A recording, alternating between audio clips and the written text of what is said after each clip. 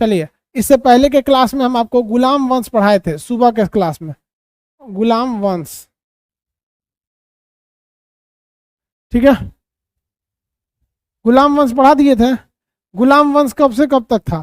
1206 से लेके 1290 तक, 1206 से लेके 1290 तक के में था। कौन सा वंश था? गुलाम वंश था। आप में से बता सकते हैं गुलाम वंश के अंतिम 2 शासकों के नाम बता सकते हैं? जल्दी जल्दी गुलाम वंश के अंतिम 2 शासकों के नाम, फटाफट फटाफट। खिलजी पढ़ाना है, खिलजी बड़ी इंटरेस्टेड है।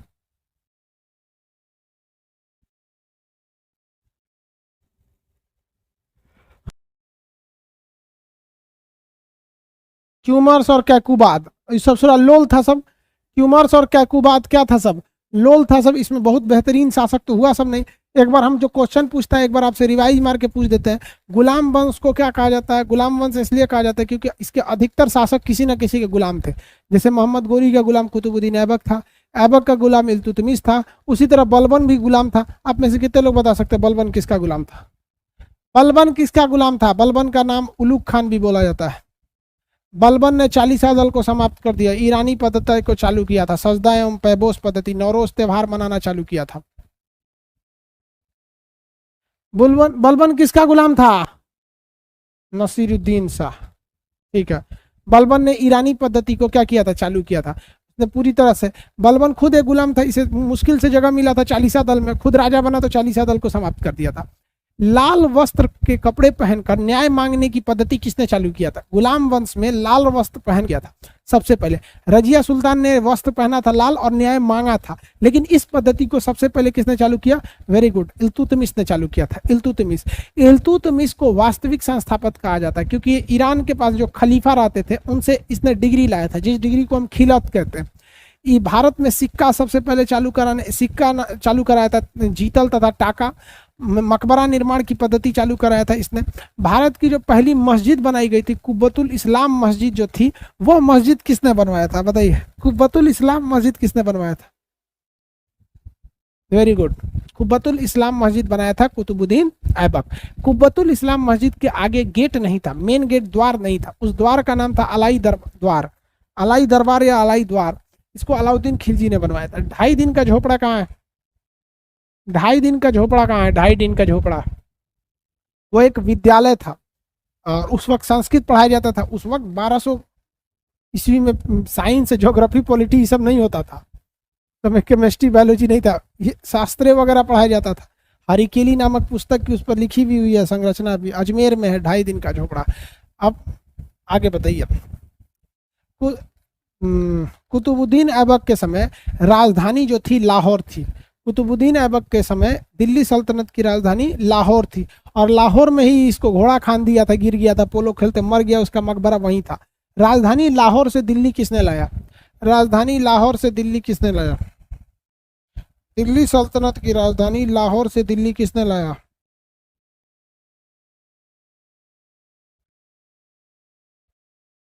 ऐबक ने लाया था। वेरी गुड, कुतुबुद्दीन ऐबक ने लाया है। कुतुबुद्दीन ऐबक, इल्तुतमिश ने लाया था, ऐबक ने, इल्तुतमिश ने। Very good. चलिए अब देखते हैं अंतिम शासक जो थे सब इस वंश के, क्यूमर्स तथा कैकुबाद, ये किसी काम के नहीं थे। फिरोज शाह खिलजी, जलालुद्दीन फिरोज खिलजी ने इस वंश की अंत कर दिया। इसको राजा को मार के कहा कि अब मेरे खानदान के लोग बैठेंगे। तो जलालुद्दीन फिरोज खिलजी गुलाम नहीं था बल्कि काट दिया अंतिम शासकों को और खुद क्या बन गया? शासक बन गया। इसलिए यहां से एक नया वंश हो गया जिसका नाम हुआ खिलजी वंश। कौन सा वंश? खिलजी वंश। ये तो पहला हो गया गुलाम वंश। गुलाम वंश क्या हो गया भाई? पहला हो गया। दूसरा कौन सा आएगा? खिलजी वंश। चलिए इसको याद रखते हैं, खिलजी वंश, खिलजी वंश। ये 1290 से ये खत्म हुआ तो 90 रहेगा 1320 तक। आप ये देख सकते हैं कि इसका वंश कितना छोटा है। मुश्किल से 30 साल शासन किया है, 30 साल। और इस 30 सालों में भी ना सबसे ज्यादा शासन किया है किसने? तो अलाउद्दीन खिलजी ने 20 साल तक शासन किया। हो शुरुआत 20 साल तक वो शासन किया। इस 30 साल में 30 ईयर्स में अकेले 20 साल अलाउद्दीन खिलजी। शुरुआत का 6 साल जो शासन किया है वो जलालुद्दीन फिरोज खिलजी। लास्ट का ससुरा नसीरुद्दीन शाह था। वो पकलोल था ससुरा इस वंश का, नसरुद्दीन शाह खिलजी उस इस वंश में थे सब।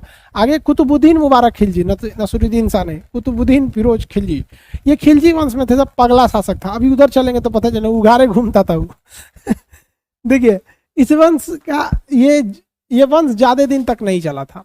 इस वंश में मेनली 3 शासक हुए सब। अलाउद्दीन खिलजी सबसे बड़ा शासक हुआ। इस वंश के संस्थापक कौन थे? जलालुद्दीन फिरोज खिलजी। जलालुद्दीन फिरोज खिलजी, जलालुद्दीन फिरोज खिलजी, जलालुद्दीन फिरोज खिलजी ज्यादा दिन तक टिक नहीं पाए थे। 1290 में ये शासक बने और 1296 में इनको टपका दिया इन्हीं का भतीजा। 96 में टपका दिया इनका भतीजा। क्या नाम था उनका? इसके भतीजा का नाम क्या था? इसके भतीजा का नाम था अलाउद्दीन खिलजी। ये बहुत ही दयालु शासक था। ये कैसा था? दयालु। किसके प्रति दयालु था? तो जनता के प्रति दयालु था। जनता से ये जनता पर अत्याचार वगैरह नहीं करता था। जनता के प्रति क्या था? दयालु शासक था। अब जो है ये दक्षिण भारत को जीतना चाहता था। जैसे उत्तर भारत में तो दिल्ली में था ही, और दक्षिण भारत में जीतना चाहता था ये एरिया। तो इसने क्या किया? दक्षिण भारत जीतने की जिम्मेदारी दे दी अलाउद्दीन को। अलाउद्दीन, अलाउद्दीन दक्षिण भारत जीतने की जिम्मेदारी किसको दे दिया? अलाउद्दीन को दे दिया। और ये अलाउद्दीन दक्षिण भारत से जीत कर आया और अपार धन दौलत लूटा। और धन दौलत लूटने के बाद ससुरा इसने अपने चचा जान की क्या कर दिया? चचा जान की हत्या कर दिया। अलाउद्दीन खिलजी ने ही अपने चचा जलालुद्दीन फिरोज की हत्या कर दिया। हालांकि यह भतीजा था उसका। क्या था? भतीजा, भतीजा। और बाद में उसका क्या बन गया? दामाद बन गया। बाद में दामाद बन गया। आप कहेंगे भतीजा दामाद कैसे हो सकता है? तो देखिए इस्लाम धर्म में एक ही माँ से पैदा हुआ लड़का लड़की शादी नहीं कर सकते, या कोई माँ, दोनों की माँ अलग है, ये मतलब समझिए ध्यान से, एक ही माँ बाप की संतान आपस में शादी नहीं कर सकते। या ऐसा कहा जाता है कि कोई माँ अगर किसी दूसरे के भी बच्चे को दूध पिला देती है तो वो दूध पिलाने के रिश्ते की वजह से वो भी क्या हो जाती है? उसका बेटा के समान हो जाता है। जैसे कभी कभी क्या हो जाता है ना, किसी का लड़का हुआ और उसकी माँ बीमार पड़ गई। अक्सर हो जाता है, माँ डिलीवरी के टाइम पे तो अक्सर कई औरतें मर भी जाती हैं आज के वक्त में भी, तो बीमार पड़ गई या उसका दूध नहीं हो पाता है, तो दूसरी की माँ भी अक्सर उसको मानवता के नाम पे दूध पिला देती है। तो ऐसे रिश्ते तो बेसिकली इस्लाम धर्म में है कि एक ही माँ बाप से उत्पन्न संतान शादी नहीं कर सकते। लेकिन चाचा की लड़की से, मौसी की लड़की से, बुआ की लड़की से, मौसा के मामा की लड़की से चल सकता है। इन मतलब समझ रहे हैं ना कि आप बस अपनी खून के रिश्ते में, मतलब जो खुद के संतान है उससे नहीं कर सकते, बाकी कर सकते हैं। तो ये तो भतीजा था, बाद में क्या बन गया? दामाद बन गया। और उसके बाद क्या बन गया? हत्यारा बन गया। एक के आदमी को कोई को रिश्ता देख रहे हैं? पहले भतीजा, फिर दामाद, फिर हत्यारा। ये गद्दी बहुत खराब चीज है ससुरा, राजनीति की गद्दी बहुत खराब है सर। अपने में ही शादी हो जाती है भाई। देखो बात समझो, ये अपने में या उसमें, ये सबसे बड़ा चीज क्या होता है? कल्चर का। जो चीज इंसान को जो कल्चर रहता है ना, उसको वो कल्चर सुटेबल हो जाता है। जैसे हम लोगों को कोई कहेगा कि हाफ पैंट पे घूम के आइए अमेरिका से, हम जा सकते हैं? नहीं जा सकते हैं, आप भी नहीं जा सकते। और अंग्रेज ससुर अंडरवियर पहन के घूमता है सब, तो उनका वो कल्चर है। तो हर इंसान का अपना कल्चर है। जैसे हिंदुस्तान में ज्यादातर लोग, जैसे यहाँ पे ज्यादा मेजोरिटी तो हिंदू की है। अब हिंदू धर्म में ससुरा गोत्र तक मिलाया जाता है। अब दुका दुका ससुरा मिल जाता है। अगर कोई मंगलिक हो जाती है तो ओकरा से बियाह मत करो, ये मत करो। तो वैसे ही यहाँ पर क्या है कि हिंदू धर्म में चाचा की लड़की, मामा की लड़की, सबसे नहीं कर सकते। बट इस्लाम धर्म में ऐसा नहीं है। उसमें उसके कल्चर के हिसाब से चाचा की लड़की से भी चलेगा, मामा मौसी किसी को कैसे चलेगा यहाँ पर। तो ये भतीजा था, बाद में दामाद बन गया और इसके मन में लालच आ गया। इसने टपका दिया अपने किसको? चाचा को। और सिंहासन पर बैठ गया कौन? अलाउद्दीन खिलजी। अलाउद्दीन खिलजी बहुत ही क्रूर ससुरा, बहुत खतरनाक शासक था। इसको एक बात का जिद और घमंड दोनों था। इसके अंदर जिद भी था और घमंड भी था। दोनों आ जाता है तो जनता के लिए दिक्कत हो जाता है। तो 6 साल तक इस ससुरे शासने किए। अब इनमें ज्यादा हम चलते हैं अलाउद्दीन खिलजी की ओर। चले। अलाउद्दीन खिलजी के बचपन का नाम क्या था?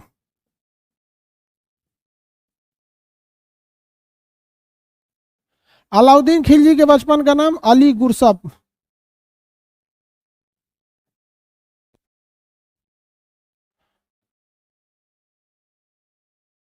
अली गुरसप, इसके बचपन का नाम था अली गुरसप।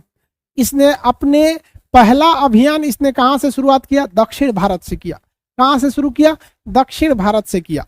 लेकिन उस समय ये अपने चाचा के अंडर में था, दक्षिण भारत जीतने के लिए गया था। तभी इसको आइडिया लग गया था कि भैया दक्षिण भारत जीते बिना हमारा काम नहीं चलेगा, क्योंकि इसको दक्षिण भारत में ऐसा क्या देखने को मिल गया था? तो एक्चुअली इसको दक्षिण भारत में देखने को मिल गया समुद्र। इसको पता था कि अगर विदेशी व्यापार करना है तो दिल्ली में बैठ के कभी संभव नहीं है, हमें यहाँ से समुद्री रास्ते खोलने पड़ेंगे। इसलिए इसे दक्षिण भारत जीतने की ललक तो शुरुआत से ही थी। यहाँ पर ये क्या था? ये खुद को सिकंदर कहता था। क्या कहता था? सिकंदर। सिकंदर। इसने खुद को सिकंदर द्वितीय कहा। खुद को क्या कहा जाता है? सिकंदर द्वितीय। उर्दू में सिकंदर सानी कहते हैं। सिकंदर सानी मतलब सिकंदर जैसा दूसरा, और कहा जाता है जिसके जैसा दूसरा ना हो तो उसे कहते हैं ऐसा कोई सानी नहीं है, तो इसे सिकंदर द्वितीय या सिकंदर सानी कहा जाता है। सिकंदर द्वितीय या सिकंदर सानी, सिकंदर ए सानी, सिकंदर द्वितीय या सिकंदर सानी के नाम से जाना जाता है। अब इस ससुरा को जिद थी, हमको हर चीज में आगे बढ़ना है, हर चीज में। अब इसने कुब्बतुल इस्लाम मस्जिद बनवाया। इसने तो बनवाया नहीं, तो इसने क्या बनवाया? अलाई दरबार, अलाई द्वार। अलाई द्वार किस मस्जिद का है? वहां पर कुब्बतुल इस्लाम मस्जिद का है। कुतुब मीनार के बगल में इसने बनवाया ससुरा अलाई मीनार, अलाई मीनार, अलाई मीनार बनवाया। इसने कहा कि खलीफा कौन होते हैं? तो खलीफा को मान्यता दिया। खलीफा, क्या इसने खलीफा के पद को स्वीकारा या नहीं स्वीकारा? स्वीकारा था। कहा था कि खलीफा धार्मिक रूप से बड़े होते हैं। इस ससुरा अपना एगो नया धर्म बनाना चाहता था, नया धर्म बनाना चाहता था।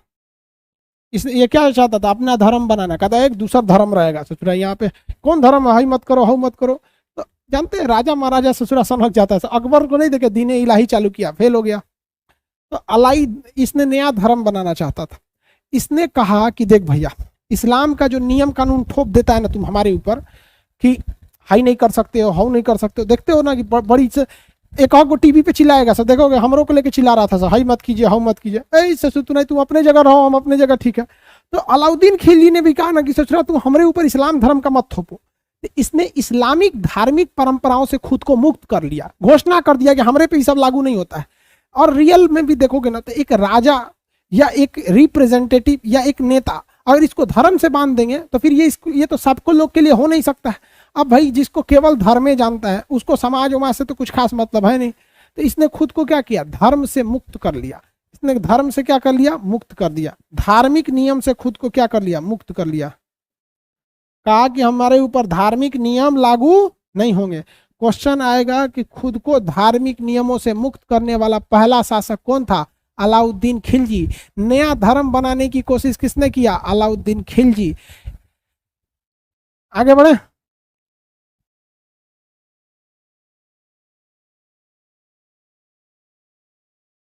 कोई पीडीएफ नहीं मिला हुआ, मंदिर वाला भी पीडीएफ नहीं मिला है।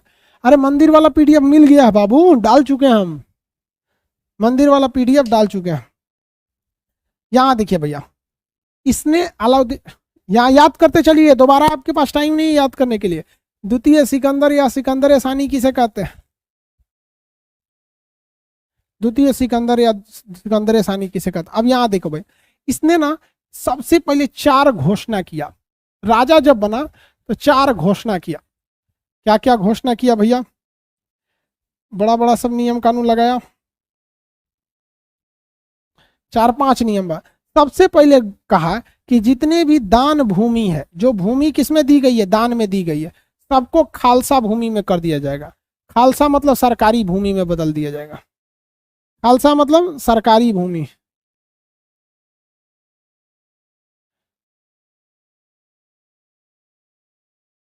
सरकारी भूमि में बदल दिया जाएगा। समझ में आ गया कि नहीं आ गया? किसी को दिक्कत है? मेरे और ध्यान से समझिए। अब सबसे ज्यादा भूमि दान में किसको दी गई थी?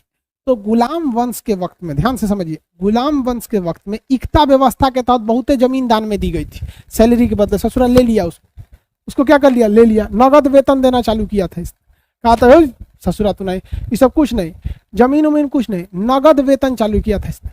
जमीन जो दान में दिया गया उसको वापस ले लिया। अब दिल्ली में एक थे बहुत पहुंचे बाबा थे, उनका नाम था निजामुद्दीन औलिया। अब निजामुद्दीन औलिया धार्मिक व्यक्ति थे, इनको बहुत सारे जमीन दान में मिला था। निजामुद्दीन औलिया के दरबार पे गया और बाहर घोड़ा वोड़ा रोका, कहा संदेश भेजा कि जाकर कहो तो नियम पढ़िए, सरकार जितनी दान में जमीन दी गई है सब सरकार की हो जाएगी। अलाउद्दीन खिलजी को निजामुद्दीन औलिया ने कहा था कि यहाँ से लौट जाइए, मेरे घर में 10 दरवाजे हैं, मतलब आप किसी एक दरवाजे से आएंगे ना तो हम 9 गो दरवाजा और बेचल है मेरा, हम निकल जाएंगे लेकिन आपको ज़मीन नहीं लौटाएंगे। तो लोगों ने समझाया अलाउद्दीन खिलजी को कि देख भैया ये धार्मिक मैटर हो जाएगा, इसमें इंटरफेयर मत करो। समझ में आ गया कि नहीं आ गया? किसी को कोई दिक्कत? तो पहला नियम के तहत। दूसरा नियम इसने क्या किया? गुप्तचर, दान में दी गई जमीन ले लिया। मद्यपान, मद्यपान मतलब समझते हैं? मद्यपान मतलब होता है नशा। नशा पर रोक लगा दिया, कहा कि कहीं शराब बिकता देख लिए, गुटखा पान बीड़ी शराब ये सब पे एकदम रोक लगा दिया, नीतीश कुमार की तरह। समझ में गया? मद्यपान। आगे बढ़ जाए। इसके अलावे भी इसने कई नियम जारी किया। इसने कहा कि छोटा त्योहार, छोटा त्योहार, छोटे त्योहार पे बन लगा दिया। अमीर लोग जो थे, बड़े बड़े जमींदार, अमीर लोगों के मिलने जुलने पर प्रतिबंध लगा दिया, क्योंकि अमीर सब मिलता जुलता था सब, और राजा के खिलाफ षड्यंत्र रखता था। आप में से कितने लोग बता सकते हैं कि प्राचीन इतिहास में वह कौन सा ऐसा राजा था जिसने छोटे मोटे त्योहारों पर बैन लगाया था? प्राचीन इतिहास में वो कौन सा शासक था जिसने छोटे मोटे त्योहारों पर बैन लगाया था?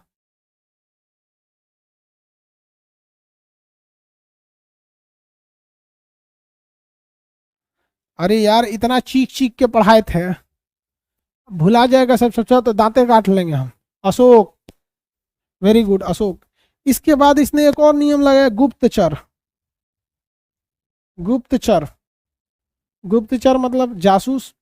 कहा कि हमारे राज्य में जासूस भी रहेंगे, तो गुप्तचर की भी व्यवस्था कर दिया इसने। किसकी व्यवस्था किया? गुप्तचर की व्यवस्था। देखो भैया ये चारों नियम याद रखिएगा। मद्यपान पर रोक लगाने वाला अलाउद्दीन खिलजी, दान में दी गई भूमि को वापस लेने वाला अलाउद्दीन खिलजी, छोटे मोटे त्योहार तथा अमीरों पर रोक लगाने वाला अलाउद्दीन खिलजी, गुप्तचर रखने वाला अलाउद्दीन खिलजी, गुप्तचर रखने वाला अलाउद्दीन खिलजी। आगे बढ़े। अलाउद्दीन खिलजी, इसने सेना के क्षेत्र में और भी सुधार किया। सेना के लिए इसने नगद वेतन दिया, नगद वेतन, लेकिन वो ईयरली देता था, ईयरली वेतन देता था। मंथली फिरोज शाह तुगलक देना चालू किया था। अब आप बताइए भैया ये नगद वेतन जब दिया तो इकता व्यवस्था समाप्त हो गया कि नहीं हो गया? नगद वेतन जैसे देगा तो वेतन के बदले जमीन तो होगा नहीं, तो नगद वेतन जैसे दिया इकता व्यवस्था को क्या कर दिया गया? समाप्त हो गया। तो नगद वेतन जैसे दिया तो जो इकता व्यवस्था था यानी जो सामंती व्यवस्था थी वो तो ऑटोमेटिक समाप्त हो जाएगी, ऑटोमेटिक। लेकिन यह नगद वेतन कैसा था? मंथली नहीं था, वार्षिक था। साथ ही इसने कैंटीन की व्यवस्था किया। कैंटीन समझते हैं? सैनिकों के लिए, सैनिक। कहा कि भैया जो सैनिक होंगे उनको टैक्स फ्री चीजें दी जाएंगी। आज भी सैनिकों को टैक्स फ्री चीजें मिलती हैं, उनके ऊपर टैक्स नहीं लगता है। उनका कैंटीन होता है, वो टैक्स का पैसा सरकार भरती है। तो कैंटीन से जब वो सामान खरीदते हैं तो कैंटीन एक दुकान होती है, वो दुकानदार क्या करता है? सामान को खरीद के लाता है। उसके बाद से उस दुकानदार क्या करेगा? उसमें सरकारी होता है वो क्या करेगा? उसमें से कितना टैक्स है उसको घटा के उस पर प्राइस लिख देगा। अब मान के चलिए कोई चीज़ 100 रुपये में थी, आप समझिए बादाम 1000 रुपया किलो सपोज कीजिए। अब उस पर ससुरा 400 रुपया टैक्स है, 500 रुपया टैक्स है मान के चलिए। तो जो बादाम आपको मिल रहा है, काजू या बादाम 1000 रुपये किलो, कैंटीन में जाएंगे तो मिलेगा 600 रुपये किलो, और जो बाकी बचा 400 वो कैंटीन वाला भरेगा अपना। तो सरकार जो होती है सैनिकों को कैंटीन देती है। ये व्यवस्था सबसे पहले अलाउद्दीन खिलजी ने चालू किया था। अलाउद्दीन खिलजी ने घोड़ा दागने की व्यवस्था किया था और ड्रेस की व्यवस्था किया था। ड्रेस, कहा था कि सब फौजी सबका एक ड्रेस रहना चाहिए, और घोड़ा जो होते थे सब, घोड़ा को दाग दो, घोड़ा को हल्का सा जला के दाग दो। अब जैसे घोड़ा है उसको जला के कहीं दाग दिया जाता था ताकि उस पर निशान बन जाए कि ये घोड़ा किसका है। तो सैनिकों के लिए वेशभूषा, सैनिकों के लिए कैंटीन व्यवस्था, सैनिकों के लिए गुप्तचर व्यवस्था ताकि सैनिकों को क्या दिया जा सके, जासूसी दिया जा सके, सैनिकों को नगद वेतन किसने दिया, अलाउद्दीन खिलजी ने दिया। किसने दिया, अलाउद्दीन खिलजी ने दिया था। किसने, अलाउद्दीन खिलजी ने। नगद वेतन अलाउद्दीन खिलजी, ड्रेस अलाउद्दीन खिलजी, एकता व्यवस्था समाप्त अलाउद्दीन खिलजी, सैनिकों के लिए ये कैंटीन अलाउद्दीन खिलजी। घोड़ा दागने का मतलब क्या होगा, ऐसे बंदूक का घोड़ा नहीं दागी है, किसी का तंदुरुस्त घोड़ा है तो कोनो उसका घोड़ा लेके चल जाता था, कहता था मेरा। अब घोड़ा से पूछिए कि तुम्हारा मालिक कौन है, क्या बताएगा, तो इसलिए उस पर निशान लगाने के लिए घोड़वा को तन से जला के दाग दिया जाता था। आगे बढ़े, किसी को दिक्कत, घोड़ा दागने की व्यवस्था अलाउद्दीन खिलजी। किसी को दिक्कत अलाउद्दीन खिलजी से, क्वेश्चन पूछा जाए बता देंगे, ये याद रहेगा। चलो भैया बताइए, एक ही लाइन में कमेंट करके बताइएगा, राजा बनने के बाद अलाउद्दीन खिलजी ने 4 घोषणाएं किया था, वो 4 घोषणा कौन कौन सी थी। राजा बनने के बाद अलाउद्दीन खिलजी ने 4 घोषणाएं की थी, वह घोषणाएं क्या क्या थी।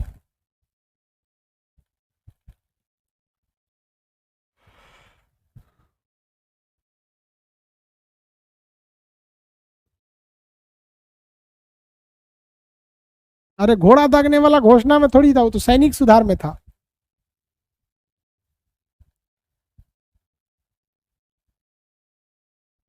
हाँ ठीक है, जमीन, नशा, गुप्तचर,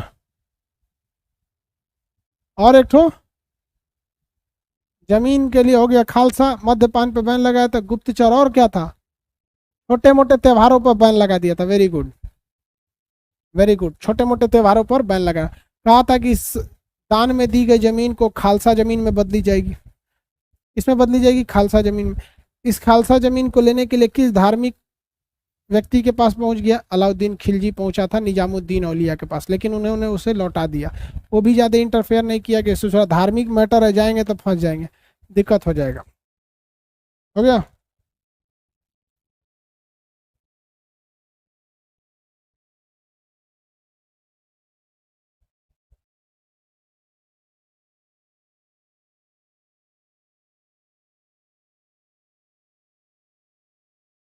क्वेश्चन बताइए।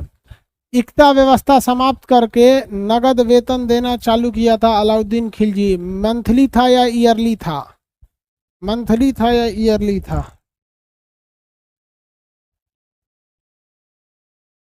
ईयरली था, मंथली दिया था फिरोज शाह तुगलक। अब देखिए इसके वक्त में टैक्स, देखिए टैक्स, टैक्स यानी कर, इसने इसके वक्त में 6-7 गो टैक्स याद रखिए, उसी से कुछ था। जजिया, जकात, खुम्स, खराज, ये 4 चीजें याद रखिएगा। जजिया, जकात, खुम्स, खराज, चरी घरी। जजिया, जकात, खुम्स, खराज, चरी घरी।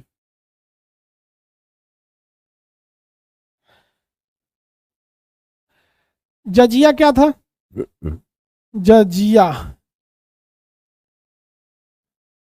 जकात, खुम्स, खराज, चरी घरी। चरी घरी, जजिया क्या था भैया, ये एक सुरक्षात्मक टैक्स था, मुसलमानों को छोड़कर सबको देना था, जो मुस्लिम नहीं थे, गैर मुस्लिम, गैर मुस्लिम मतलब जो मुस्लिम नहीं है उन लोग को ये कैसा टैक्स था, सुरक्षात्मक, सुरक्षात्मक टैक्स था, सुरक्षात्मक टैक्स था। आप बताइए इसमें 5 लोग थे जिन्हें बाहर रखा गया था, उन 5 लोग के नाम बताइए। जजिया कर में 5 ऐसे लोग थे जिन्हें नहीं देना था, बच्चा, छोटका, बूढ़ा, बच्चा, बूढ़ा, विकलांग जो चल फिर नहीं सकता, ब्राह्मण जो मतलब जाति से ब्राह्मण होते हैं लोग ना, दान मान, हालांकि कहा जाता है शास्त्रों के हिसाब से ब्राह्मण का धन भिक्षा, और महिला, इन लोग को नहीं देना था। अब ये जकात क्या था, ये ओनली मुस्लिम को देना था, ओनली मुस्लिम। ध्यान दीजिए, जजिया किसे देना था? मुसलमानों को जजिया नहीं देना था, बाकी धर्म के लोगों को जजिया देना था। लेकिन जकात, बाकी के धर्म के लोग जकात नहीं दे सकते हैं, मुसलमान को जकात देना होगा, मुसलमान को जकात देना होगा। समझ में आ गया कि नहीं आ गया? वह कौन सा ऐसा टैक्स था जो मुसलमानों पर लगा था? जकात। आज भी मुसलमान जकात देते हैं।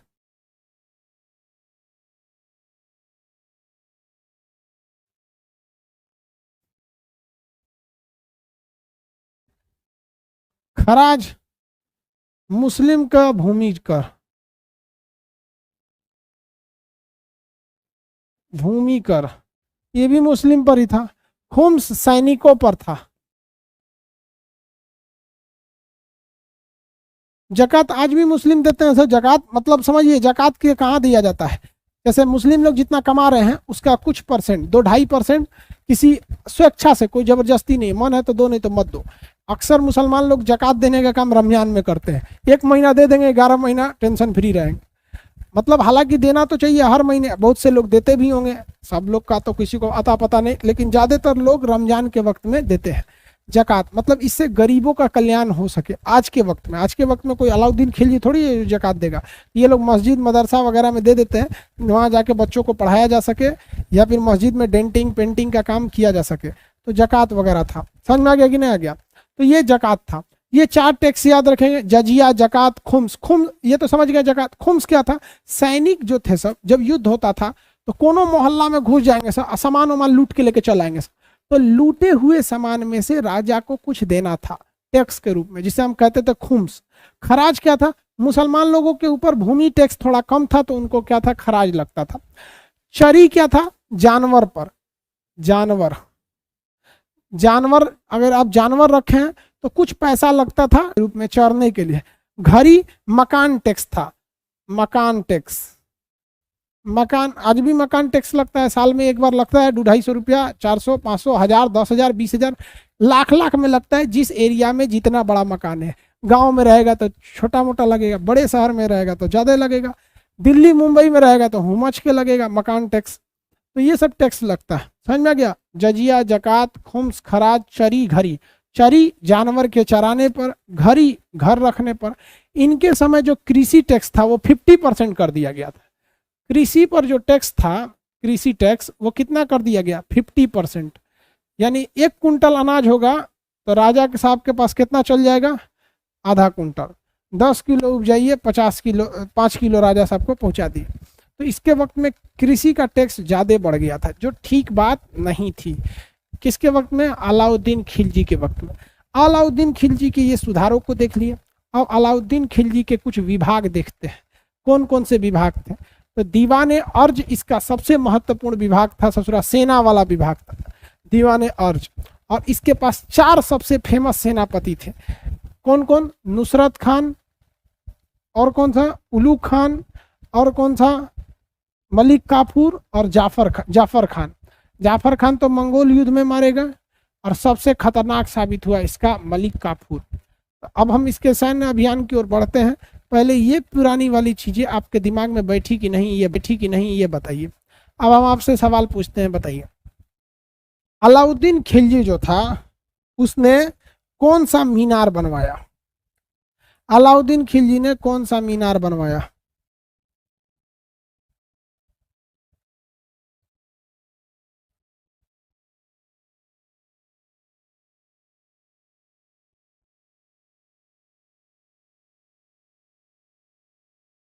अलाई मीनार। आवाज डिस्टर्ब हो रहा है, बैटरी चेंज करना पड़ेगा, 1 सेकंड।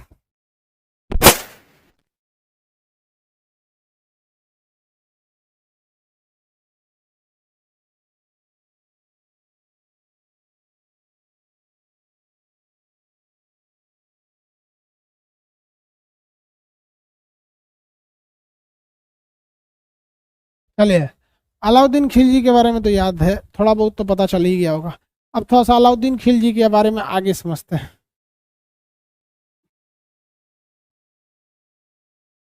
अलाउद्दीन खिलजी की दिली इच्छा थी कि वो दक्षिण भारत को जीत सके। किसे जीतना चाहता था? वो दिल्ली में बैठा था, लेकिन किसे जीतना चाहता था? दक्षिण भारत को। दक्षिण भारत वो अभियान क्यों करना चाहता था, बता सकते हैं?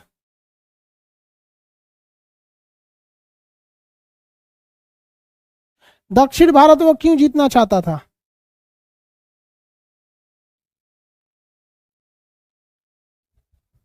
समुद्र से व्यापार करने के लिए। तो ये दक्षिण भारत अभियान के लिए इसने गुजरात पर आक्रमण करने के लिए सोचा। तो ये गुजरात पर आक्रमण किया, तो गुजरात पर आक्रमण उसने नुसरत खां के नेतृत्व में किया।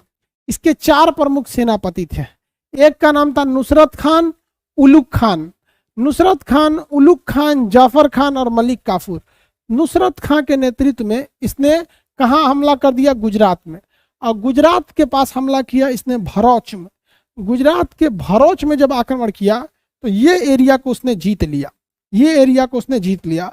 अब इसके पास व्यापार करने के लिए समंदर अवेलेबल था। अब इसके पास व्यापार करने के लिए समंदर अवेलेबल था।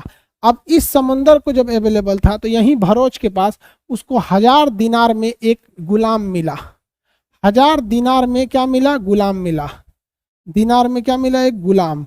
यह गुलाम जो था ये किन्नर था, हिजड़ा। ये क्या था? हिजड़ा।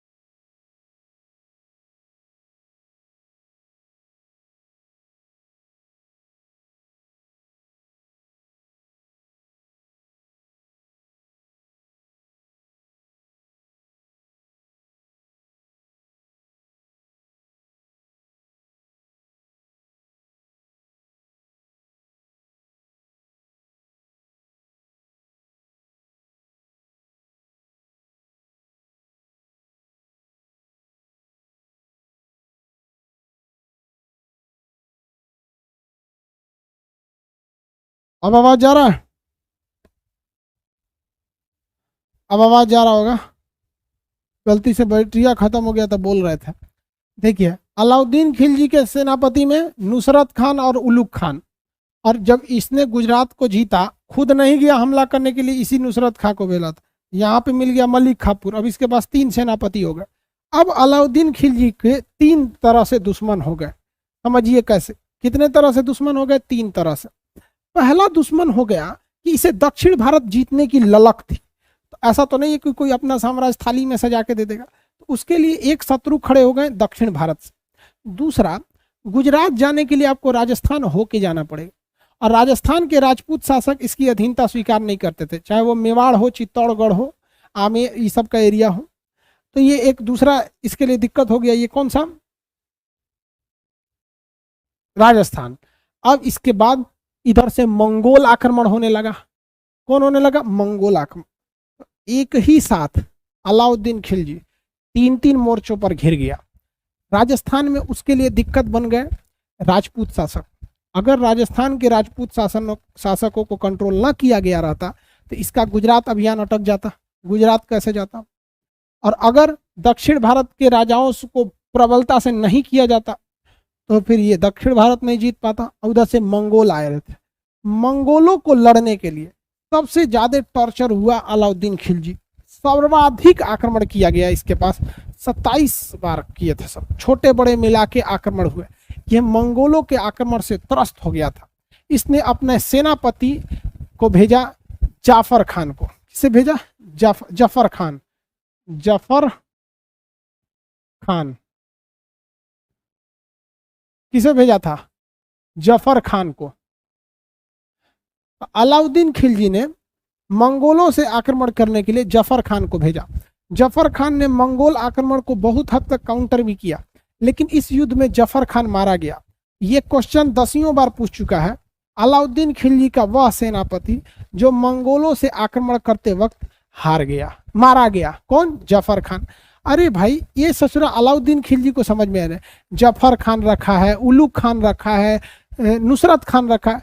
ससुरा उसके समय खान सर थे ही नहीं इसके पास। समझ में आएगी नहीं? आ गया। युद्ध ऐसे थोड़ा लड़ा जाता है। नुसरत खान, जाफर खान, पाकिस्तान में इमरान खान, ये सब कोनो काम के खान है? सब कोनो काम के खान नहीं है सब। अरे सबके पास बुद्धि नहीं था, लड़ता है सब। आगे बढ़ते हैं। सब दुकान दुकान से खान उठा के लाया था। कोनो तुर्किस्तान से ले आ रहा है, कोनो ईरान से ले आ रहा है, कोनो मध्य एशिया से। अरे इंडिया से खान उठाओ, इंडिया से मिलेगा तब ना बढ़िया मिलेगा। मेड इन इंडिया होना चाहिए। ये जाफर खान मारा गया, मेड इन इंडिया नहीं था। मेड इन इंडिया में बहुत फर्क पड़ता है। इस ससुरा made in China, made in तुर्क, मेड इन ईरान के खलीफा, इस ससुरा मेड इन इंडिया देखो। तो ये अलाउद्दीन खिलजी जो था, अलाउद्दीन खिलजी के वक्त में जो सबसे ज्यादा मंगोल आक्रमण हुए, तो उस मंगोल आक्रमण को काउंटर करने के लिए इसने जफर खान को भेजा, लेकिन जफर खान युद्ध में मारा गया। याद रखिएगा, इसके 4 सेनापति में यह हमेशा पूछता है। उत्तर भारत जीतने की जिम्मेदारी नुसरत खान और उलुग खान को थी। किसको थी? नुसरत खान और उलुग खान को थी। लेकिन उत्तर भारत में इसके लिए सबसे बड़ी दिक्कत क्या थी? तो राजस्थान। उधर मंगोल सिलट गए सब। मंगोलों से बहुत आक्रमण हुआ, मंगोलों को भी क्षति होता था हिमालय पार करके आने में। तो बाद में मंगोल भी हार मान ली, मतलब थक गया से कि बार बार इधर के आना है। तो ऊपर का एरिया शांत हो गया। अब यहाँ चित्तौड़गढ़ में राजा रतन सिंह की पत्नी पद्मावती, इस ससुरा पद्मावती के लिए युद्ध कर दिया। बताइए कितना बड़ा खचरा था ये। रानी पद्मावती के लिए क्या कर लिया? युद्ध कर लिया। उस वक्त में इसने मेवाड़, चित्तौड़ इस सबको जीत के गुजरात तक का रास्ता को क्या कर दिया था? साफ कर दिया था। क्योंकि इसको मेनली राजस्थान में दिक्कत किससे होता था? गुजरात में आने के लिए होता था। अब यहाँ रानी पद्मावती, मूवी भी देखे होंगे पद्मावती, बहुत सारी महिलाओं ने जब ये राजस्थान पर आक्रमण किया था तो जौहर कर लिया था। कौन सा किया? क्या किया? जौहर कर ली। जौहर क्या होता था? आग का एक बड़ा सा गड्ढा खोदा जाता था, ठीक है, और उस चारों ओर से गड्ढा रहता था, उसमें आग जलाई जाती थी। और महिलाएं जो होती थी वो सज धज के पूरे, मतलब जिस तरह से पूजा पाठ में बैठा जाता है उस तरह से करके पूजा पाठ करके, उनके जो सैनिक बाहर लड़ते थे, पता चलता था कि हमारे सैनिक हार गए या राजा साहब मारे गए, अब दुश्मन के सैनिक किला में घुसेंगे, वो सब के सब उस अग्नि कुंड में कूद कर खुद की जान दे देती थी सब। यहाँ पर ये भारत की महिलाएं थी, जौहर कर लेती थी सब।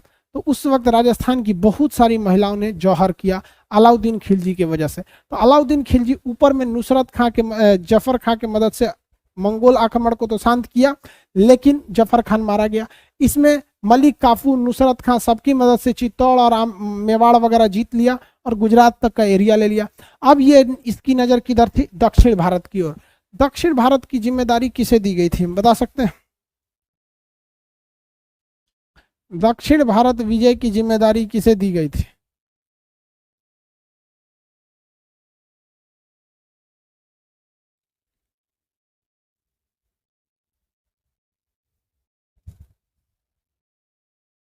मलिक काफूर।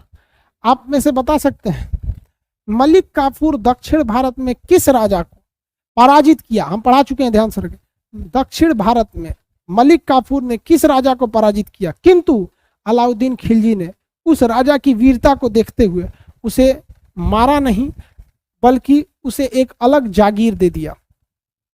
बता सकते हैं? पढ़ा दिए।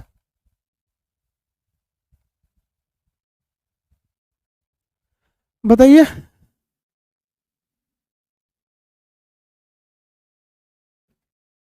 रामचंद्र देव। कौन थे भैया? रामचंद्र देव। नाम का असर पड़ा था। रामचंद्र देव किस वंश के शासक थे? रामचंद्र देव। कितने लोग बता सकते किस वंश के शासक थे रामचंद्र देव? किस वंश के शासक थे रामचंद्र देव?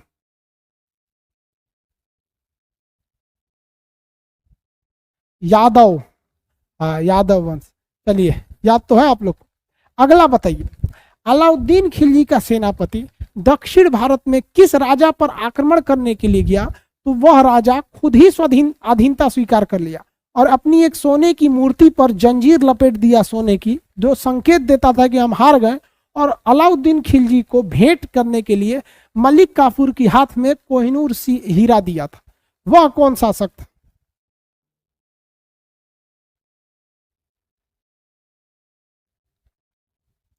बताइए बताइए।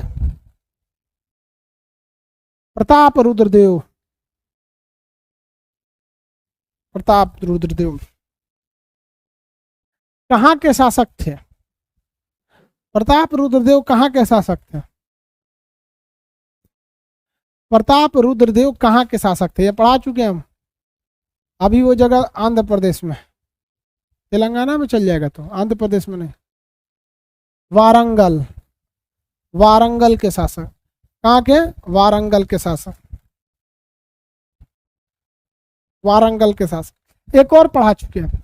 वो कौन सा ऐसा क्षेत्र था जिसे अलाउद्दीन का सेनापति मलिक काफूर चाह के भी नहीं जीत पाया?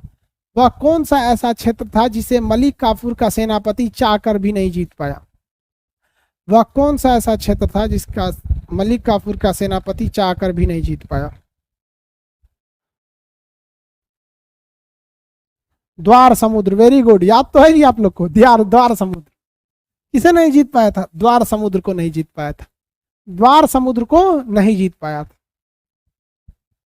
बता सकते हैं द्वार समुद्र किसकी राजधानी थी?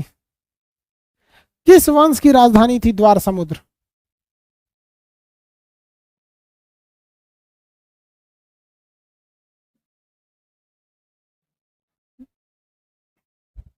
वंश होयसल, वेरी गुड।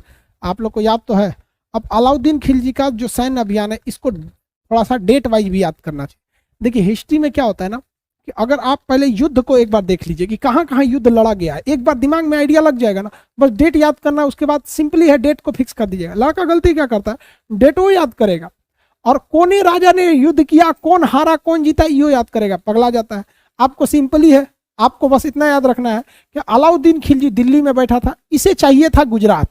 गुजरात में सबसे बड़ी बाधा आ रही थी राजस्थान, इसलिए इसने राजस्थान पर आक्रमण किया।